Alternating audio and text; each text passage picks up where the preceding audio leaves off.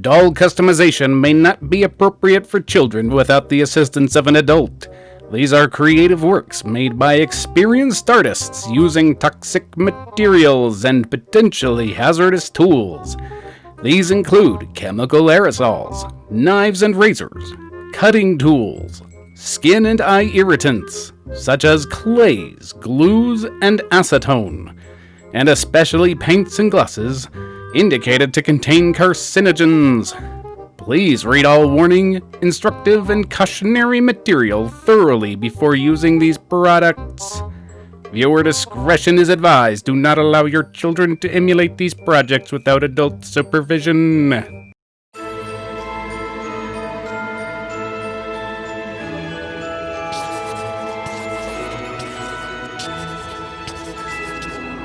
Hello everyone, and welcome to my channel. As you can see from the background, it's Halloween time. I absolutely love this holiday. As a proud weirdo, Halloween has always been exciting to me. Dressing up and being as crazy as you want to be is so much fun. This doll is part of a collaboration on Instagram. The theme was simply Halloween. Who to make?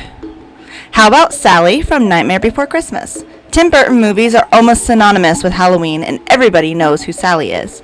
Her stringy hair and big round eyes are iconic. Many doll repainters all over YouTube have done their rendition of Sally, and I wanted to throw my hat into the ring. Without further ado, let's get artistic and see what comes from my mind today. For this repaint, I used the Frankenstein doll for thematic appropriateness. The glue in this doll's head seeped through and ruined the hair, making it gross and sticky, so it makes her the perfect doll for customization. Starting with the head, I take a pair of sharp scissors and cut the hair down to stubble.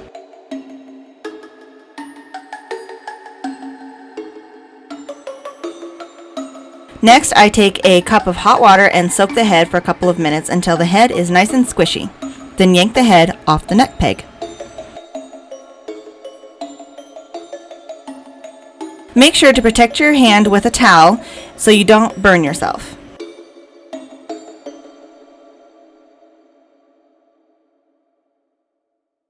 Ew, this doll had so much glue in its head that it stuck to the neck peg. After the head is off the body, take a scraping tool and loosen the plugs and nasty glue from the scalp from the inside. I like to switch scraping tools to find the one that works best for the hair to get the most out in the best way.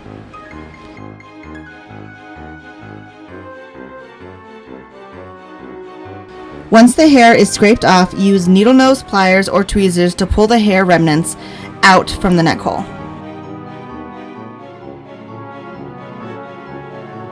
Here we are. The hair is all pulled out and ready for the next step. Take 100% acetone and cotton swabs. Soak your cotton swabs with the acetone and wipe the face clean. You can use Q-tips to get into the corner of the eyes and deep into the mouth to get all the factory paint off the face.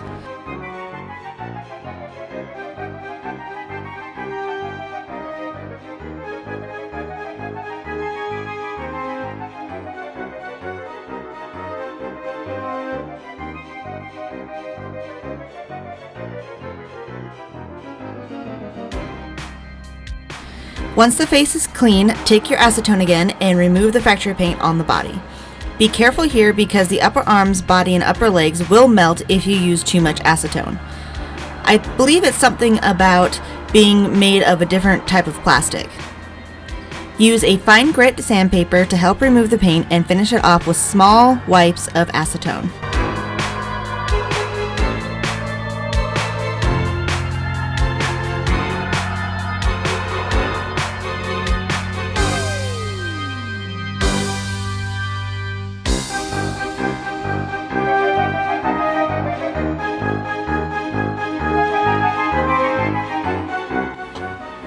Now that the body is prepped, let's get right into the hair. I use embroidery thread because I wanted my Sally to have stringy hair, a lot like she has in the movie. Yarn was too soft and doll hair was too realistic, so embroidery thread was the next best thing. Pardon this footage, I filmed this part a while ago before I got a better camera. Basically, I cut the thread to the length I wanted, then used my homemade rerouting tool to plunge the thread one by one into the pre-made holes. I also painted the scalp red to hide all the blank spots that may appear. Starting at the side of the head, I root the hairline and then work my way up around to the part. I skipped some holes because the thread is pretty thick and covers enough without needing to plug the whole scalp. Put on some music or a Netflix movie and plug away until you have filled the head and it has a full head of hair.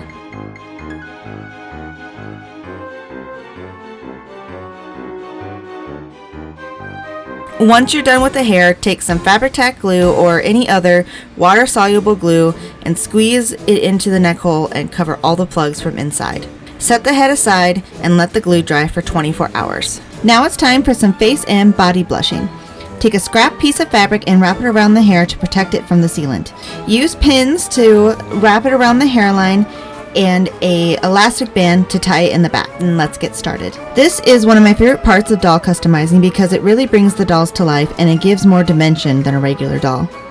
Beginning with the face, take your soft pastels and, using several shades of blue, blush the temples, nose, and forehead. The first try wasn't the greatest, so I removed it with acetone and started over.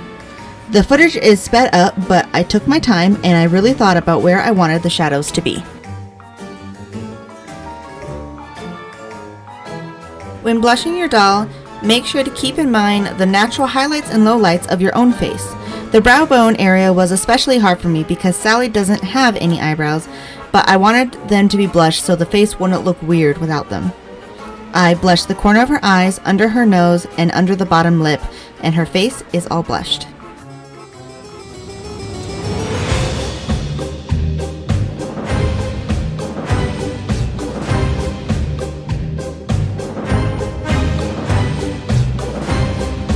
Onto the body. Blushing the body is so much easier in my opinion.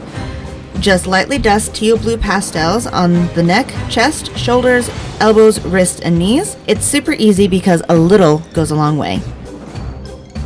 I don't worry about blushing the belly or ankles because the clothes will cover those parts. Make sure to bend the joints to get the colors in all the crevices.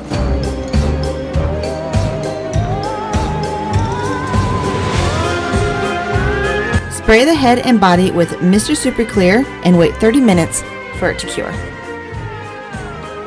Now that her body and head is blushed and primed, it's time to sketch in the face. First things first, Sally has a variety of stitching all over her face and body. Take a mechanical pencil and lightly draw in the line work where her stitching will be. I have several screenshots of Sally on my computer off screen for reference. Again, I don't worry about the torso or thighs because the dress will cover it up. Taking my watercolor pencils, I go over the pencil markings on the body and face. I use the color Burnt Ochre, so it's easier to erase any mistakes before using a darker color. After redrawing the scar line, I add the stitching line work in random ways. I crisscross some while leaving others as single lines. I want it to look like Sally sewed on her legs and arms and hands all by herself. Keep those pencils nice and sharp. Make sure to spray the body with Mr. Superclear when you can't build up any more color or you want to save your progress. Sketching in the eyes was a little challenging. I wanted to go a little past the eye molding, so making them symmetrical was complicated.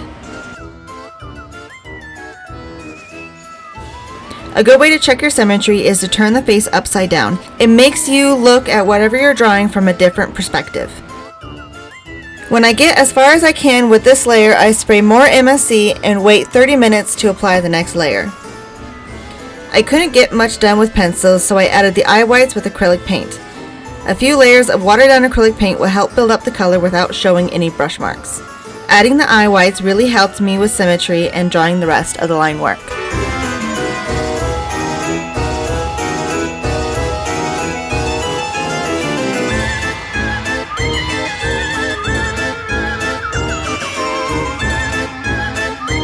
I use a black watercolor pencil to draw the lines around the eyes as well as the eyelashes.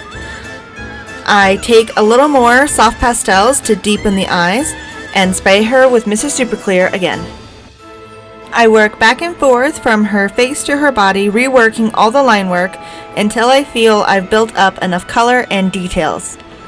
Basically, while one part of her body was curing, I would work on the other part, spray it, and then work on the next part.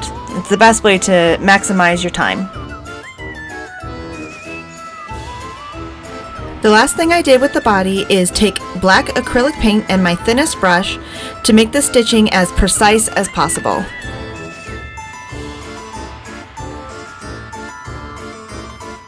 Once the body has its final layer of sealant, I go back to the face and add some gray to shadow the eyes. I use a wet paintbrush and lift the color from the pencil to help build it up.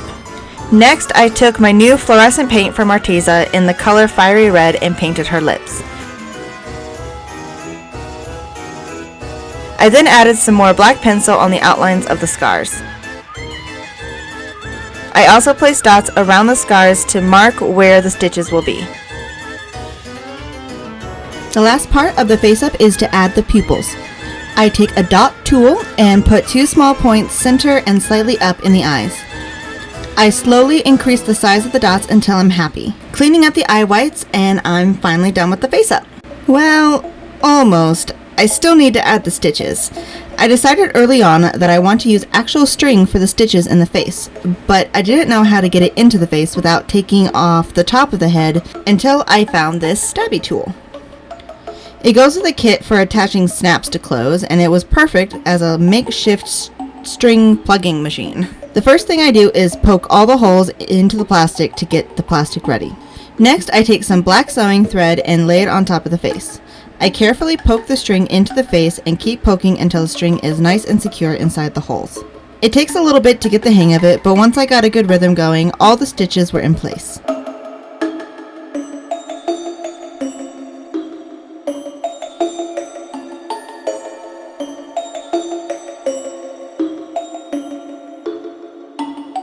The very last thing I did was gloss up those luscious red lips. I use Liquitex High Gloss Varnish to do this.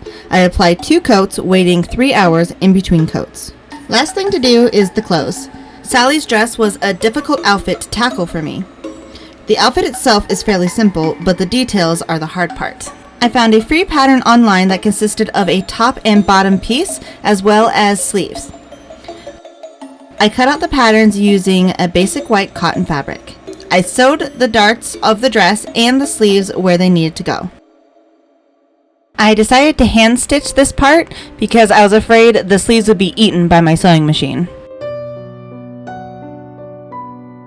Next, I used a mechanical pencil to lightly sketch where the patches and different patterns and colors needed to be all around the dress.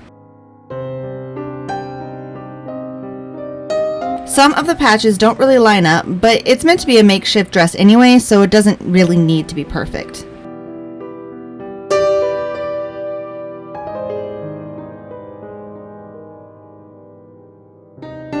Now it's time to paint. I have a variety of colors in fabric paint, but I still watered them down to make sure the dress doesn't get stiff. One patch at a time, I paint the base colors first, then go over some areas with lines or dots to make the various patterns. I used a piece of cardboard to keep the messy paint from leaking onto my desk. Some parts got a little messy, but again, it's a makeshift dress and it doesn't need to be perfect.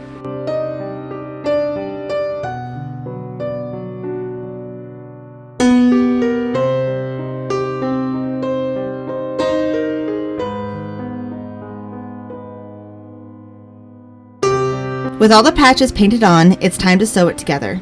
Using my sewing machine, I pin and sew the side seams as well as the back seam, leaving room for the doll's booty to fit.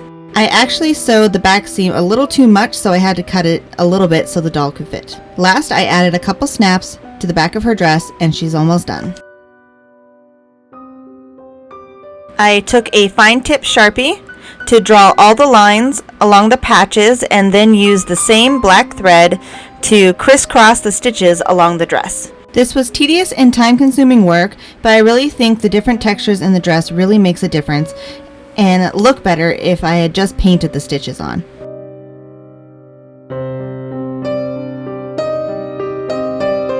While I'm sewing the stitches along the dress, I'd like to take this time to thank everybody for subscribing and watching my videos. This has always been a big dream of mine, and I'm finally glad it can come true.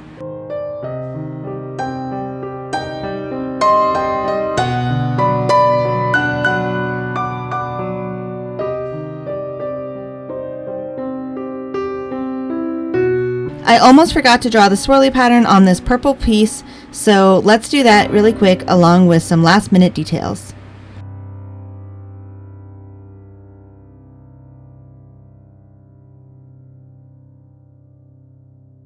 Now the outfit is done. Let's put her together.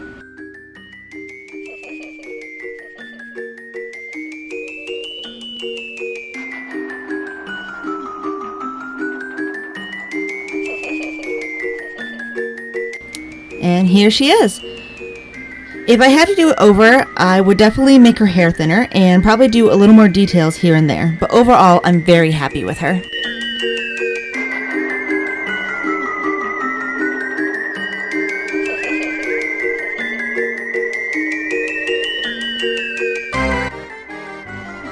Thank you so much for watching. I hope you enjoyed it.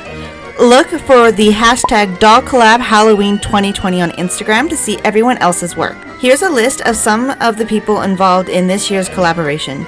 Thank you to everyone who participated, and a big shout out to Doll Color for organizing everything. I will leave her as well as everyone else's Instagram links in the description box below. Don't forget to like, share, and subscribe. If you have any suggestions for future videos you want to see, please leave them in the comments below. Thank you again, and I'll see you next time. Happy Halloween!